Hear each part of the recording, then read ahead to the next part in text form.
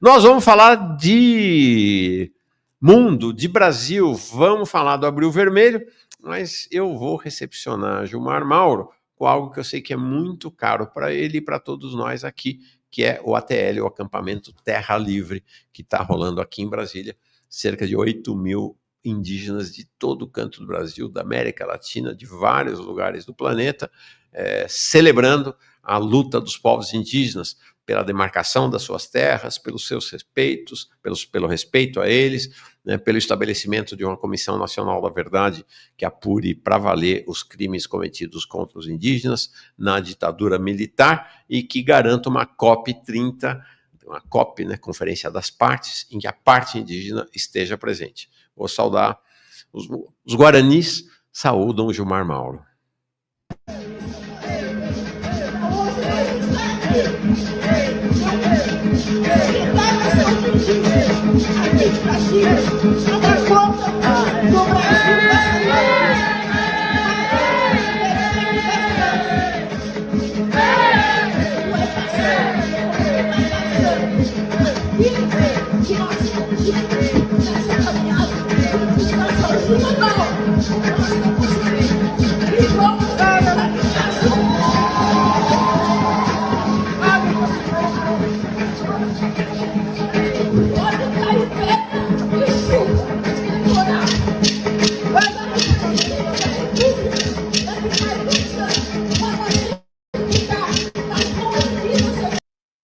Lindo, né? Então, com os guaranis, saúdo a chegada de Gilmar Mauro. Oi, Gilmar, como está você? Tudo bem? Bom dia, Mauro. Tudo bem? Bom dia a você, os telespectadores e quem está nos ouvindo nesse momento. Um prazer voltar a falar contigo.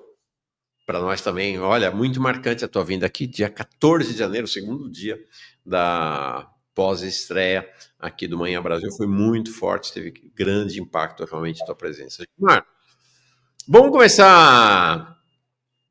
Marxistas gostam de fazer assim, né? Começar do geral para o particular. Vamos começar falando do planeta. Então, como é que você está vendo esse processo agora, esse recuo do Trump? Está uma montanha russa planetária, né? Com essa ofensiva, com essa mudança da lógica do imperialismo feita pelo Trump. Como é que você está vendo este momento agora? Todo mundo meio tateando ainda, né? Tudo muito em cima, no meio da guerra, né? Fazendo avaliação. Mas queria ter olhar, por favor. Olha, bem difícil. Realmente, alguém que se atreva a vaticinar essa situação que está sendo enfrentada nesse momento histórico, né? Agora, eu acho, assim, Mauro, que é parte de uma lógica que, de alguma forma, pelo menos setores da esquerda vinham já debatendo, discutindo o tema há algum tempo. É parte de uma crise econômica, né? Sem precedentes na história, porque mais do que uma crise propriamente econômica, é a articulação de crise econômica, crise política, crise ambiental, crise social, somada com barbárie, né? E onde a fase financeira da ordem do capital ganha uma dimensão jamais vista e talvez sequer até imaginada, né? Mesmo Marx, que estudou com profundidade o tema e já elencava essa probabilidade, né? Nós chegamos a um estágio tal, né, que a busca e a venda de expectativas de lucro futuros, né, é algo que nunca havíamos visto. Então, é muito difícil realmente interpretar esse momento. Eu não superestimo as medidas que estão sendo tomadas pelo governo Trump, nem as subestimo, né? Eu acho que tem um jogo político, sim, que interessa ao país, mas tem jogo político que interessa aos grupos, né? Principalmente os grupos econômicos, entre eles do próprio Trump, que, evidentemente, estão interessados em ganhar dinheiro juntamente com aqueles que o cercam. Então, é uma situação realmente difícil, principalmente, eu acho, por se tratar de um grupo, além com um poderio econômico das big techs que o cercam, um grupo negacionista da questão ambiental, por exemplo. num momento em que a humanidade enfrenta enormes dificuldades, e para a esquerda e para a sociedade como um todo, se coloca como um tema a ser enfrentado urgentemente e precisa ser discutido, porque a massa de gases de efeito estufa na atmosfera é suficiente para derreter as geleiras. Nós não precisamos mais colocar mais gases na atmosfera, porque o CO2 e também o óxido nitroso, por exemplo, são gases de longa durabilidade, né? Somado com o metano, que embora tenha uma durabilidade menor, mas é constantemente jogado na atmosfera através da pecuária, dos lixões e assim por diante. E essa situação, como eu dizia, vem uma COP pela frente, né? E possivelmente os Estados Unidos jogaram, assim como em outros momentos históricos, né? Jogaram na lata do lixo. A única coisa que eles não rasgam é dinheiro, mas o resto eles rasgam Constituição, rasgam tratados internacionais, e a COP, por exemplo, dificilmente terá a participação dos Estados Unidos. Mas mesmo com a participação dos Estados Unidos, Mauro, ela é uma coisa que não se efetivou. Ou seja, aquele indicativo de diminuir em 50% a emissão de gases até 2030 e 100% até 2050 não vai ocorrer por uma razão muito simples. Capital só é capital se acumular e se expandir permanentemente, né? E o capital não vai deixar de cumprir a sua lógica intrínseca de produzir, gerar lucro, extrair matérias-primas e aproveitar ao máximo os recursos naturais. E essa situação, eu acho que coloca em risco, além de todas, né? Não só a taxação em relação à China e outros países, e agora recuando e fazendo esse jogo, mas fundamentalmente vai agravar, a situação econômica e social, tá? E não é só dentro dos Estados Unidos, a barbárie tende a aumentar no planeta todo, né? 2, a situação econômica do mundo e a crise, um brutal processo de concentração e centralização de riquezas. E 3, a questão ambiental, que coloca em risco a existência humana no nosso planeta. Então, é esse o tema de fundo que eu acho que nós precisamos nos dedicar, e principalmente na esquerda, entender para fazer frente nesse momento.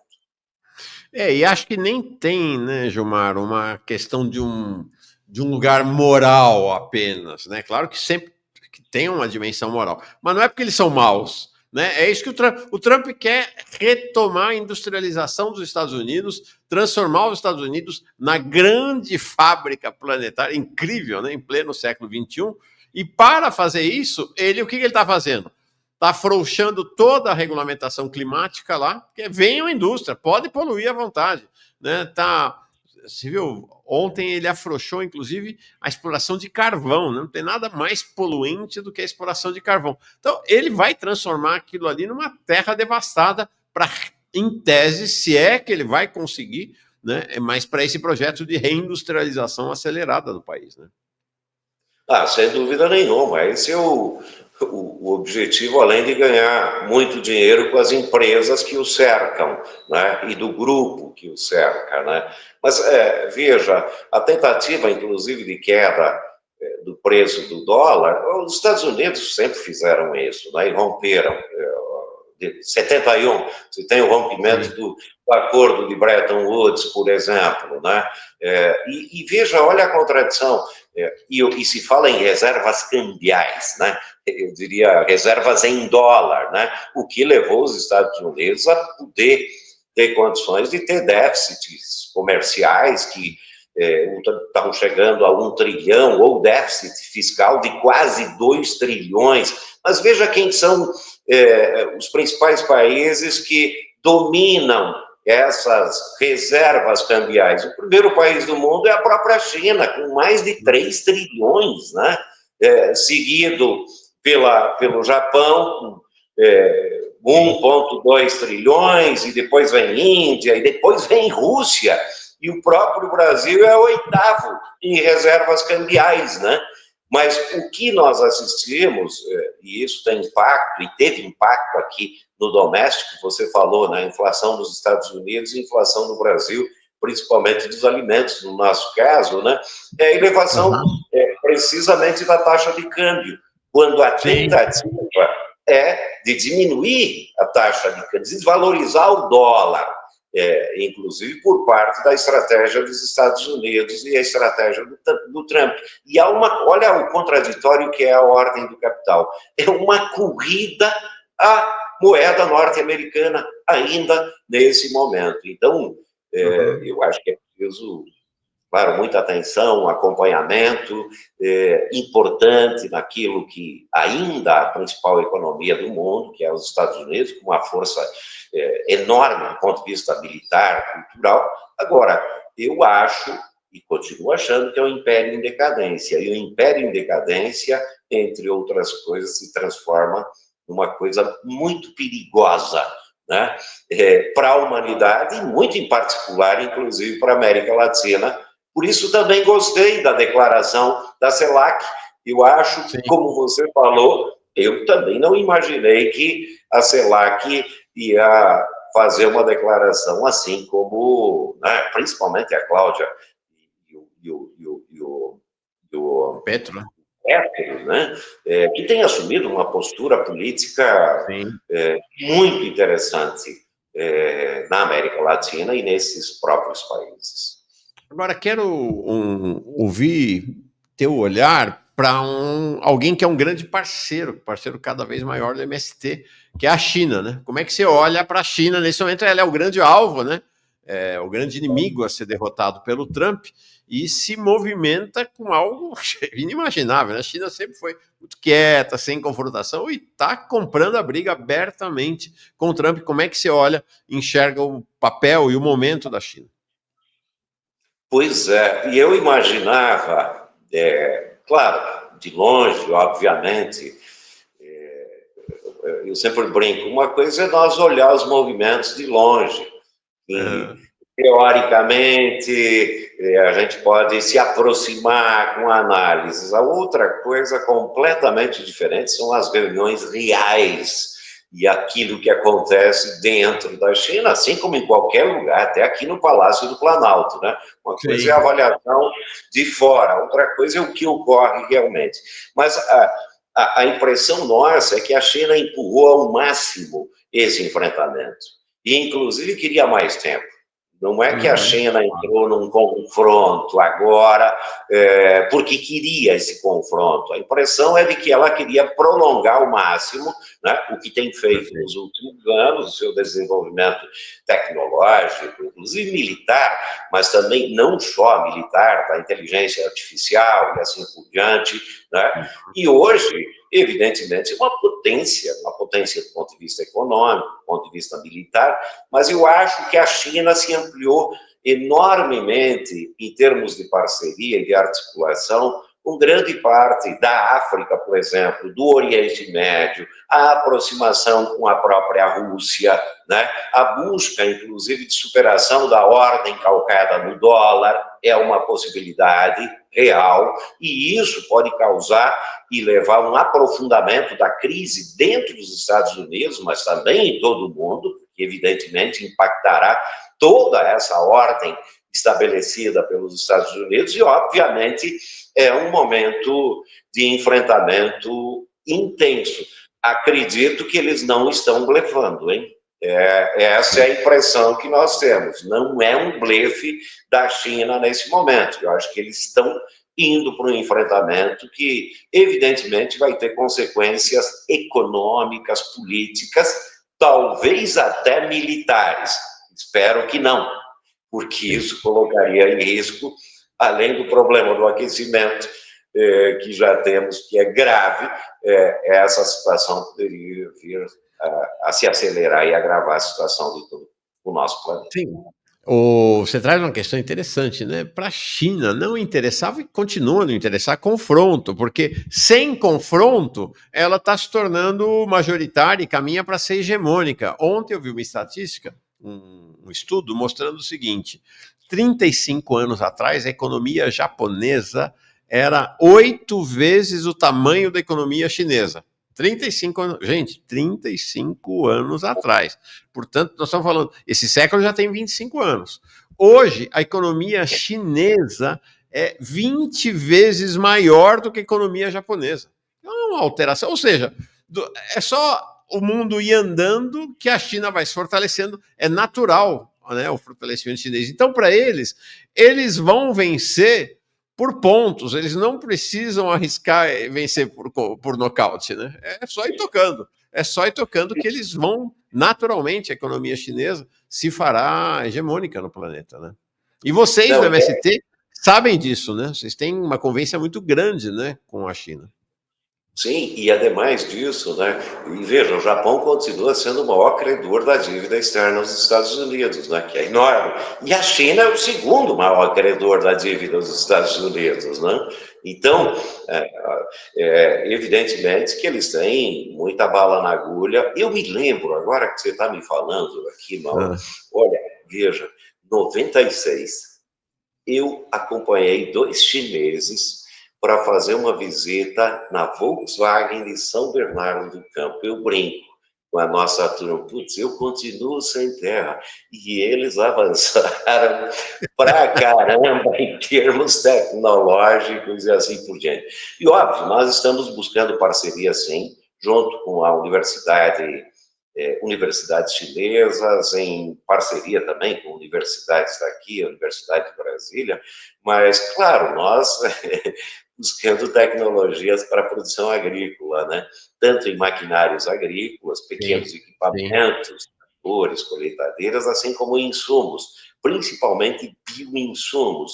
E eles avançaram muito nisso e estão dispostos, sim, a colocar à disposição essa tecnologia. Nós estamos buscando alternativas aqui de iniciar também, em escala pequena, a construção de indústrias desses equipamentos. Por quê? Legal.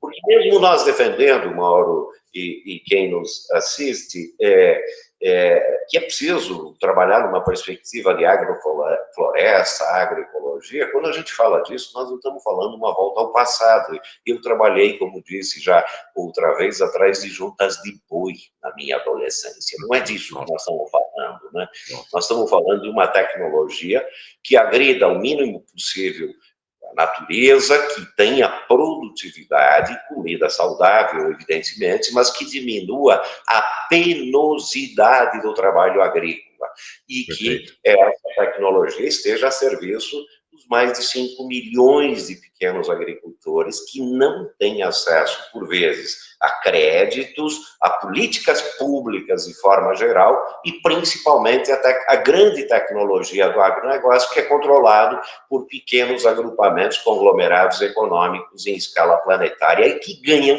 muitíssimo com isso. Sim. Não, Aliás, essa é uma questão. um Fala. detalhe, Mauro, que é importante. Veja, a montante do processo produtivo, né, você tem essa indústria para a agricultura que controla não só a maquinária para a agricultura, mas a produção de venenos, a produção de sementes transgênicas, a produção de adubos químicos nitrogenados, que, entre outras coisas, liberam o óxido nitroso, e a jusante do processo produtivo, você tem a indústria de transformação que controla praticamente Sim. toda a produção em escala planetária, transformando 60% do que se come em todo o planeta, mas muito especialmente no Ocidente, em 4 produtos: arroz, milho, trigo e soja.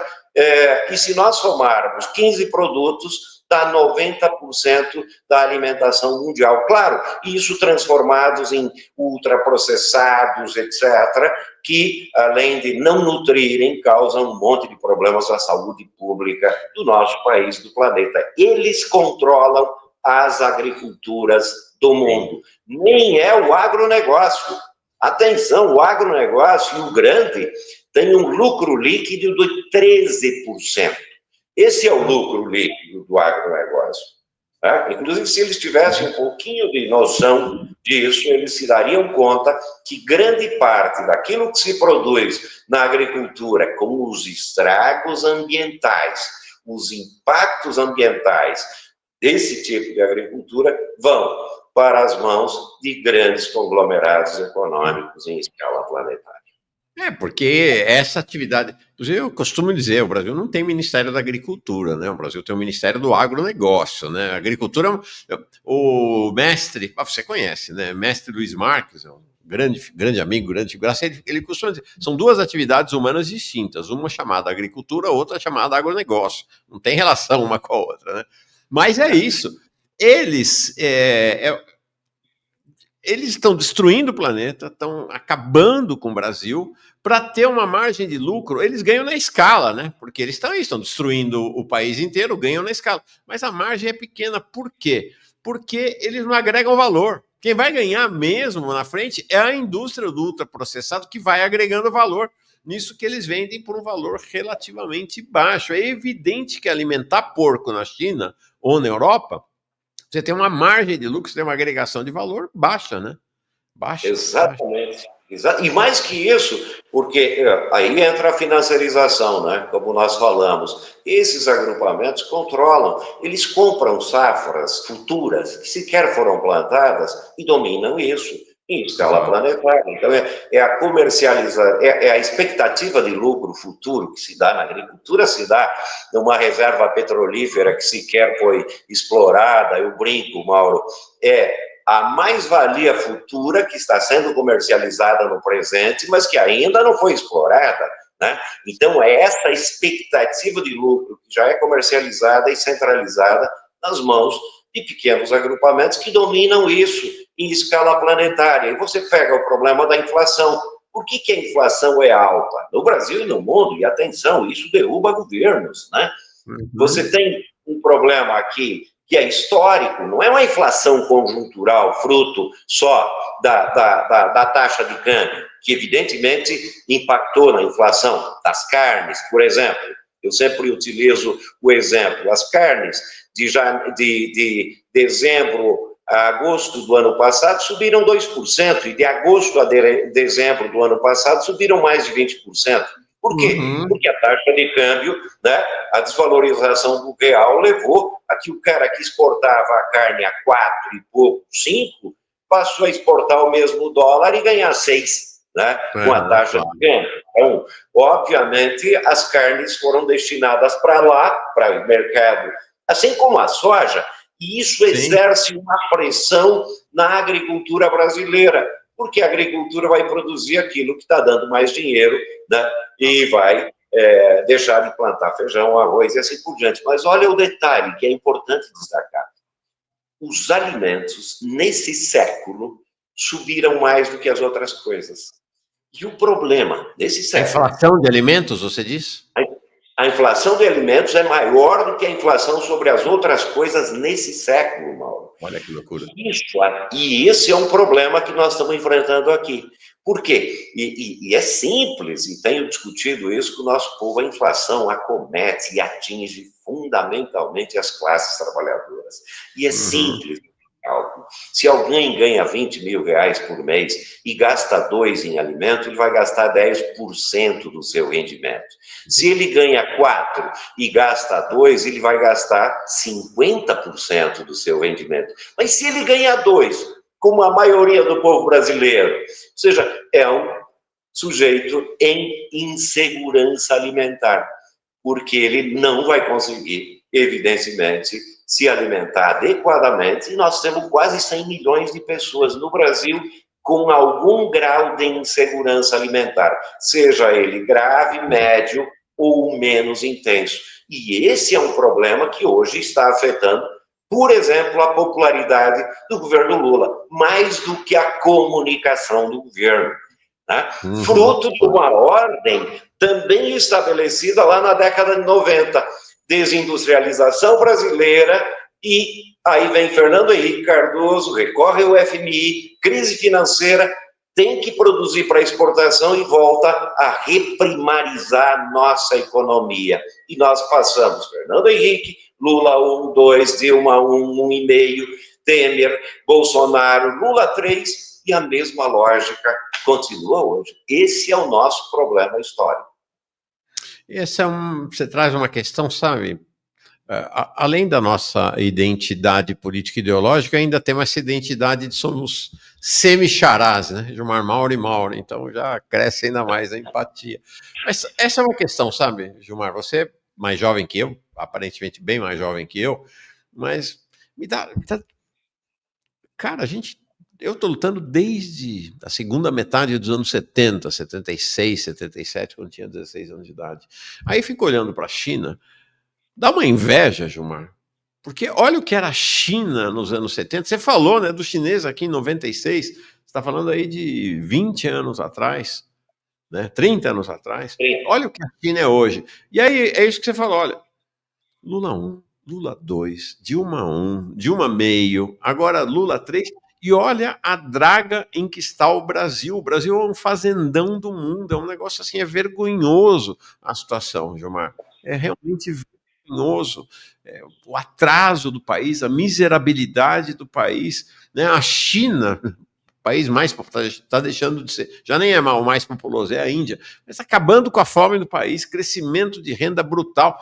As estatísticas da China mostram que o mercado interno é cada vez mais relevante do que as exportações da China, do que, portanto, o mercado externo, e nós dando passo para trás, Gilmar. É meio, vou te falar, é desanimador depois desses anos todos de luta, viu? Desanimador. Sim, sem dúvida. E veja, a China, e alguns atribuem a inflação, inclusive, não é porque os chineses tiraram 800 bilhões de pessoas da pobreza. E é verdade, eles tiraram mesmo. E isso significa 4 Brasis tirados da pobreza. É óbvio que esses 800 milhões estão comendo melhor. E que bom que assim ou seja. É ótimo, mas veja a outra coisa. Enquanto nós temos 1,5 bilhão, 2 bilhões de orçamento aí para o MDA, por exemplo, para a reforma agrária, etc., a elevação de 1 ponto percentual, 1 ponto na taxa Selic, significa um rombo de 48 bilhões da economia do povo brasileiro drenada para o capital financeiro.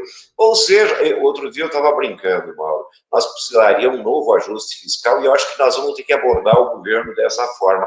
Um ajuste fiscal que nós deveríamos estabelecer um percentual sobre cada ponto da taxa Selic, 10%, para nós investir na reforma agrária, em plantio de árvores, em recuperação ambiental, em novas indústrias. Se nós taxasse 10% sobre cada ponto da Selic, em 10, 15 anos, esse país era diferente, seria completamente diferente. Ou seja, dá para pensar um país completamente diferente. Agora, nós estamos à mercê, né, e dominado pelo capital financeiro, né, além daquilo que você falou, o fazendão tem uma expressão desgraçada naquele Congresso Nacional, enorme, que é desproporcional ao percentual dos grandes fazendeiros desse país, né? Mas, evidentemente, se tratou na imprensa, o agronegócio carrega o Brasil nas costas, quando é exatamente o inverso. É o povo brasileiro, a economia brasileira que carregou e carrega o agronegócio nas costas com grandes subsídios, né, de créditos a juros negativos ou subsidiados agora, juros negativos lá atrás, agora subsidiados, equalizados pelo Tesouro, portanto, é o povo brasileiro que paga essa equalização, né, e com subsídios como a taxa Lei Candir, que isenta de exportação esses produtos. Então, evidentemente que aqui está um dos graves problemas. Mas você falou da inveja da China na economia, etc. Eu tenho inveja até dos argentinos na mobilização política. Os argentinos colocam 1 milhão em Buenos Aires. Cara, para a gente colocar 100 mil na Paulista, faz tempo que a gente não consegue colocar, hein?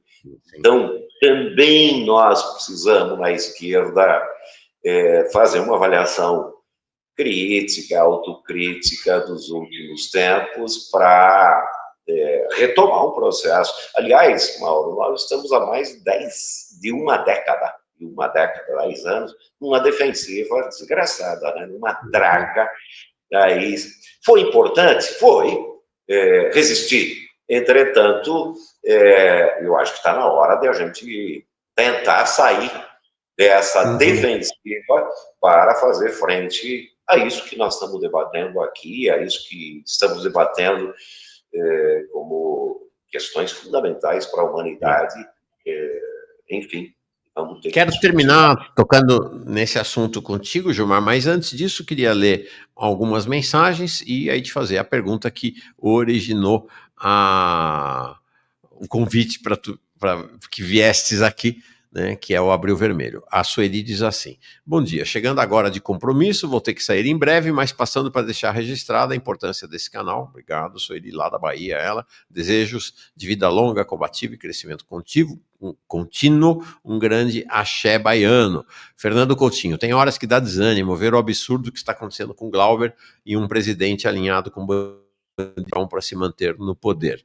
O Leonardo Lopes, engraçado que ninguém da grande mídia e até da esquerda tenha como manchete o crime que o Trump cometeu de manipulação do mercado. Ele está aqui, é um cirista, grande cirista. Ciro 2026, Leonardo, sempre aqui com a gente. Luciano Soeiro Júnior chega como membro.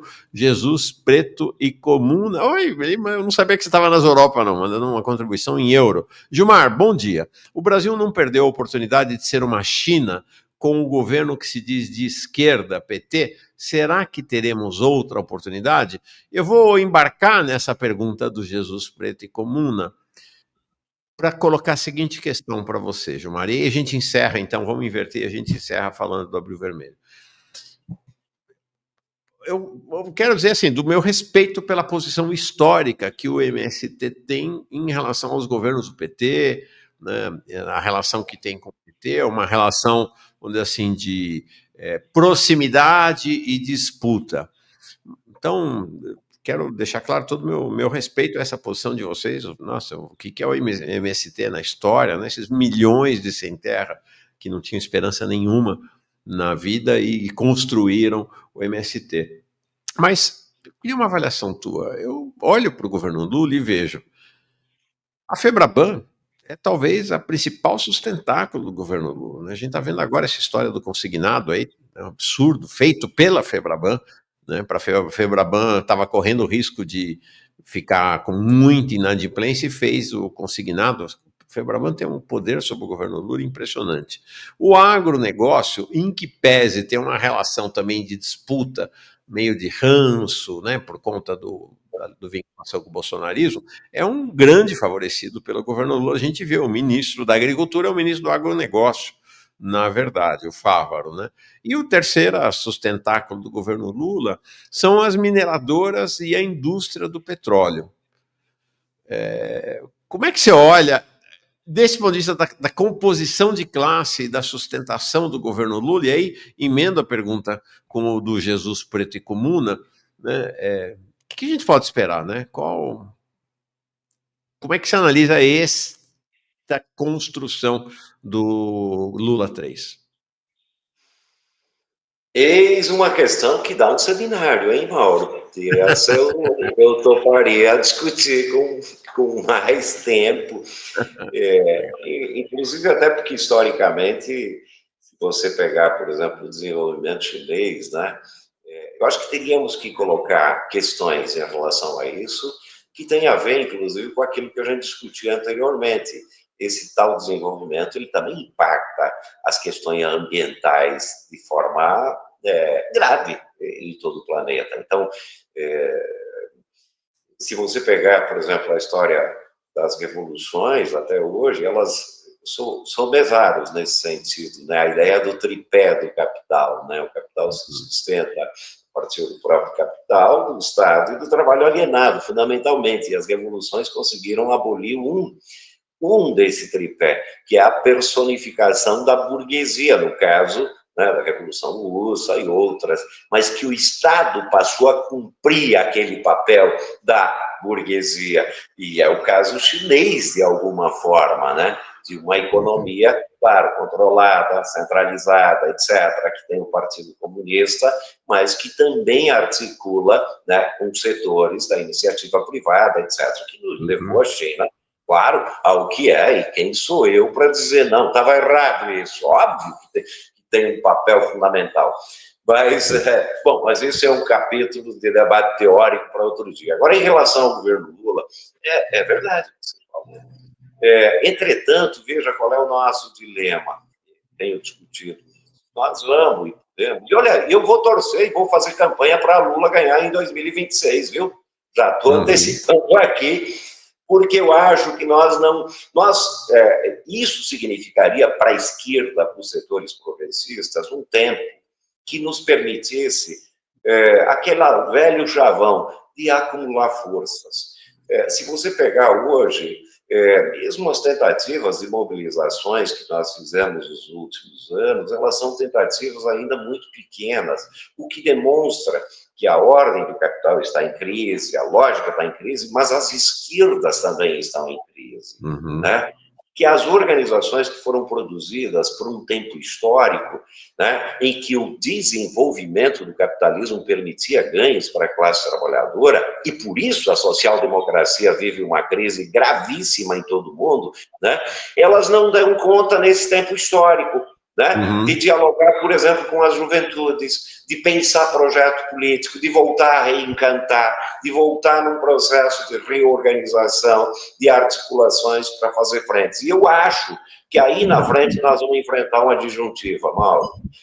Ou a gente tem capacidade para empreender um projeto realmente popular, ou a direita retoma. É simples assim. É simples assim. Então, é evidente que nós temos desafios muito grandes, e também sou um crítico desse tipo de política econômica, desse tipo de articulação, mas, ao mesmo tempo, eu preciso olhar para o nosso lado, que o nosso lado não tem tido capacidade de criar condições de alterar essa correlação de forças, inclusive para forçar o próprio presidente da República, o Lula, que é progressista, que está no campo do progressismo, a empreender um processo muito mais intenso, como, por exemplo, a Cláudia no México, né? Que tem chamado o povo para a mobilização, mas, infelizmente, aqui nós não temos tido isso. Por que o presidente Lula não chama o povo para a mobilização? Qual a sua avaliação? É uma interrogação, né? É uma interrogação. Eu acho que em outros momentos, inclusive, teve acenos. Mas é parte de uma lógica, eu acho que histórica, viu? Agora eu vou falar vou ser criticado pra caramba aqui, pode ser. Mas o Lula, do meu modo de ver, é um grande social-democrata. Como, aliás, a grande maioria dos partidos ditos de esquerda no Brasil. A lógica da social-democracia é parte dessa lógica, desse tempo histórico, né? Em que tivemos conquistas, avanços, etc. E à medida que tanto o neoliberalismo como o aprofundamento da ordem neoliberal colocou em questão as conquistas históricas, nós passamos a perdê-las.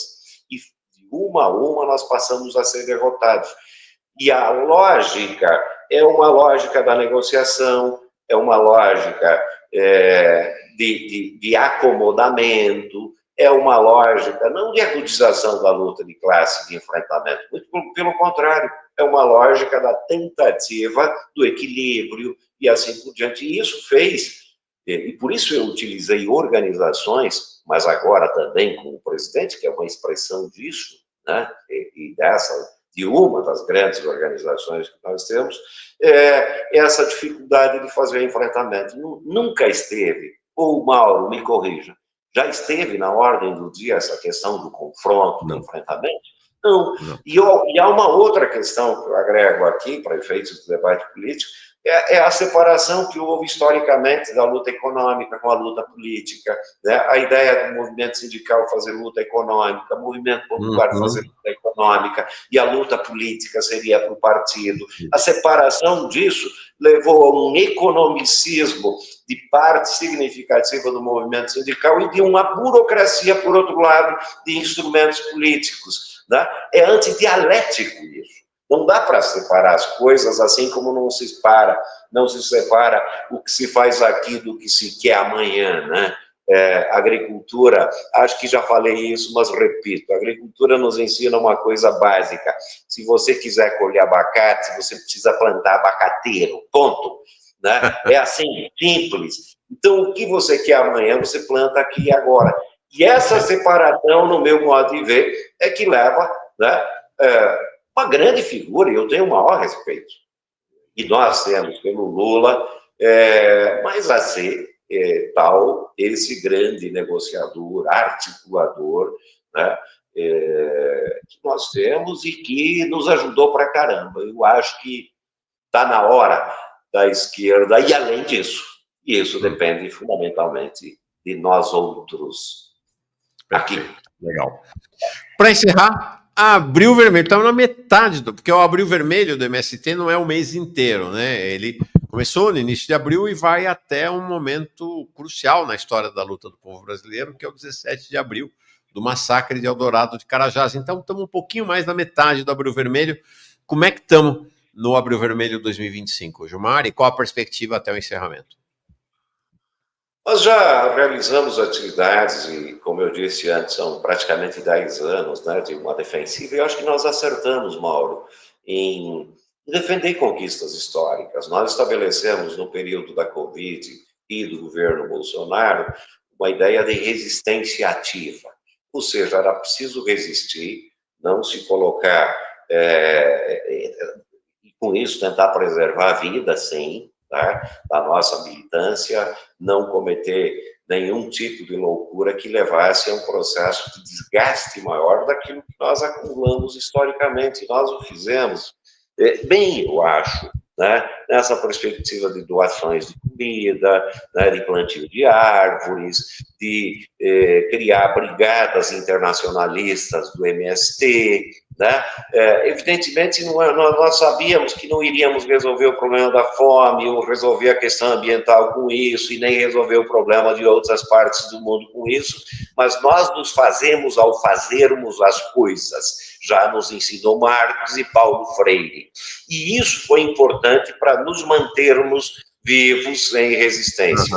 Eu acho que agora nós retomamos um processo de luta, e um processo de luta que, evidentemente, questiona, né, essa política tímida do Lula 3 de assentamentos de reforma agrária. Então, nós estamos realizando atividades já em 20 estados brasileiros, em atividades, seja de ocupações de terra, seja outras atividades. Ainda não é uma retomada ao estilo do que o MST já foi no passado, mas é, evidentemente, uma retomada de articulação, inclusive com os povos indígenas, que você mostrou muito bem no início, né? E que, historicamente, tem resistido desde a colonização até hoje, né? Junto com outros setores da classe trabalhadora. Até porque há uma coisa muito concreta que é preciso, e termino dizendo aqui, a reforma agrária não depende do MST. A reforma agrária depende de uma alteração da correlação de forças políticas, e a reforma agrária exige uma revolução na agricultura brasileira e praticamente uma revolução social, né? Nós vamos fazer agora, claro, a jornada vai perto do abril, porque nesse ano, 17, se dá na Sexta-feira Santa, né? Eu acho, se não me falha a memória, no sábado, então, portanto, perto da Páscoa, por aí. Muitas outras ações vão ocorrer, e logo no início de maio, Mauro, já fica o convite para você e todos e todas, nós vamos fazer a Feira Nacional da Reforma Agrária no Parque da Água Branca, aqui em São Paulo. Na última edição da feira, passaram por lá mais de 200 mil pessoas. Talvez seja o momento de maior aglutinação de pessoas. Claro que tem o viés da feira, claro que tem o viés da culinária da terra, mas onde passa muita gente, e esse ano nós acreditamos que é possível, talvez, inclusive, ultrapassar esse número. Então, é luta concreta, ocupação, é luta de pressão, mas também construção de outros espaços políticos, organizativos, como a feira, nessa perspectiva de colocar a reforma agrária e a luta política, evidentemente, na ordem do dia, na disputa. Vocês vão conseguir fazer no Parque da Água Branca, que é um parque estadual, né? Governo Tarcísio. Vai dar? Sim. houve negociação, até porque, na verdade, é um parque privado agora, né? Ah, é? Feita a iniciativa privada, e tivemos que negociar com a iniciativa privada, vamos ter que pagar uma parte significativa para a realização da feira, mas sim, pelo menos dentro de uma secretaria comandada pelo Kassab, existem pessoas que deu para fazer um diálogo, etc., e é preciso valorizar isso, esse canal de conversa e de negociação, né, que permitiu que a gente, inclusive conversas aqui com a Prefeitura de São Paulo, não é possível pensar uma feira desse tamanho sem passar, né, pela Prefeitura, principalmente, mas também com algum diálogo em relação ao governo do Estado, e a gente espera que ela aconteça e que seja, como Legal. foi as outras vezes, um grande sucesso. Gilmar Mauro, da Direção Nacional da MST. Nossa, é sempre bom conversar contigo, homem. Gosto muito, abre muito a cabeça, assim, propicia reflexões sempre muito cruciais para nós. Obrigado, bom final aí de Abril Vermelho, boa feira da reforma agrária, boa caminhada para o MST. A gente volta a te convidar, a convocar para uma nova conversa logo mais, Gilmar. Obrigado, um abração. Obrigado, Mauro. E o nosso seminário do debate mais teórico fica para outro dia, tá? Fechou! Sim. Próximo dia vamos falar sobre Lula 3, a Revolução Brasileira e o caminho para o socialismo. Tá marcado. Muito bem, boa. Grande abraço. Abração, tchau.